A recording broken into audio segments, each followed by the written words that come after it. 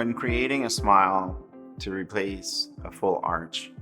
of teeth, the top, bottom, both, we start with the end in mind. And so if we know what the goal is going to be, then the rest is easy. We'll take a digital scan of your teeth, of your mouth, of what's remaining, and then we have a better idea of how to get there safely, accurately, and precise. The technologies that we use on a daily basis to get to this roadmap, we use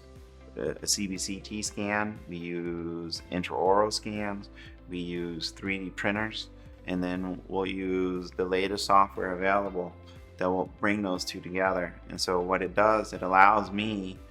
and my team to plan your surgery, and we do this all ahead of time so that on the day of the procedure, it's all taken care of and we're not doing this on the fly.